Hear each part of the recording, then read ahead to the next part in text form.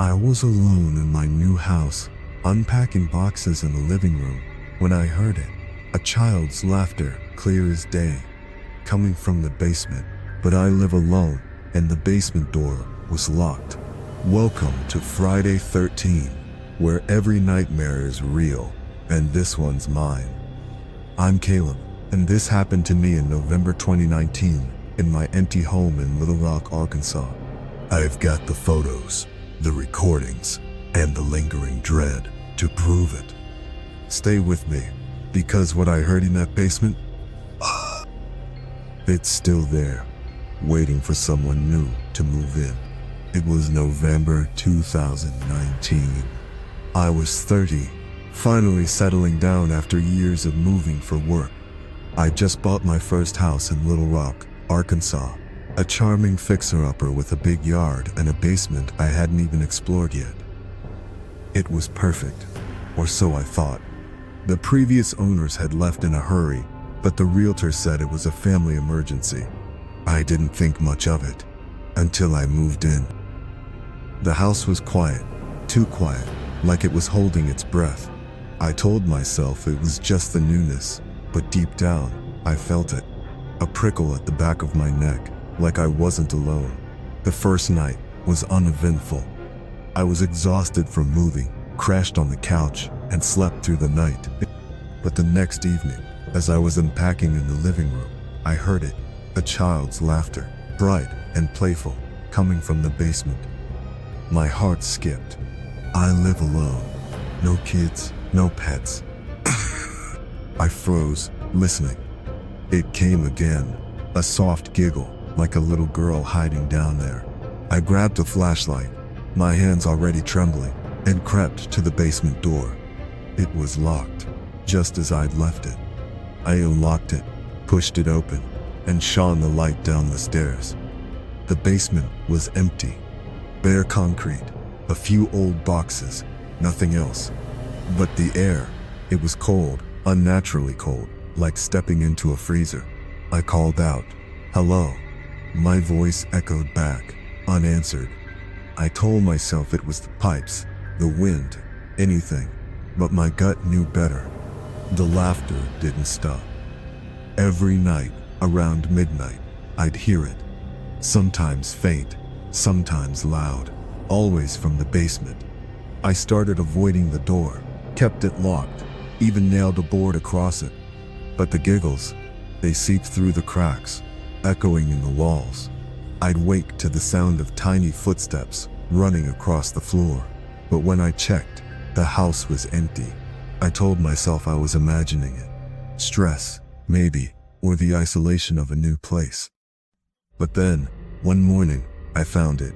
A tiny handprint on the basement door, smudged and faint, like a child had pressed against it. My blood ran cold. I live alone. No one had been here. I couldn't ignore it anymore. I set up a camera in the hallway, pointed at the basement door, hoping to catch something. That night, at exactly midnight, the laughter came again. Louder, closer, like it was right behind the door. I checked the camera feed the next morning. At 12:30 a.m., the door rattled, like someone was shaking it from the other side. Then, a shadow, small, childlike, darted across the frame. My heart stopped. It wasn't just laughter anymore. Something was down there. I had to know what I was dealing with. I drove to the local library, combed through old newspapers, looking for anything about the house. That's when I found it. An article from 1987. Tragic accident, claims young girl's life. My stomach dropped. A family had lived in my house. A couple and their 6-year-old daughter, Emily. She'd fallen down the basement stairs, broken her neck. The parents moved out a month later, couldn't bear to stay. The article didn't say much else, but it was enough. Was this Emily? Was she still here? I went back to the house, my mind racing. That night, I heard it again, the laughter, but this time, it was different.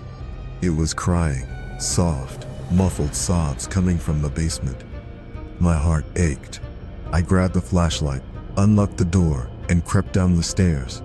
The basement was freezing, the air thick with dust and something else, grief, maybe. I called out, "Emily." The crying stopped. Then a whisper, small, fragile, into terrifying climax.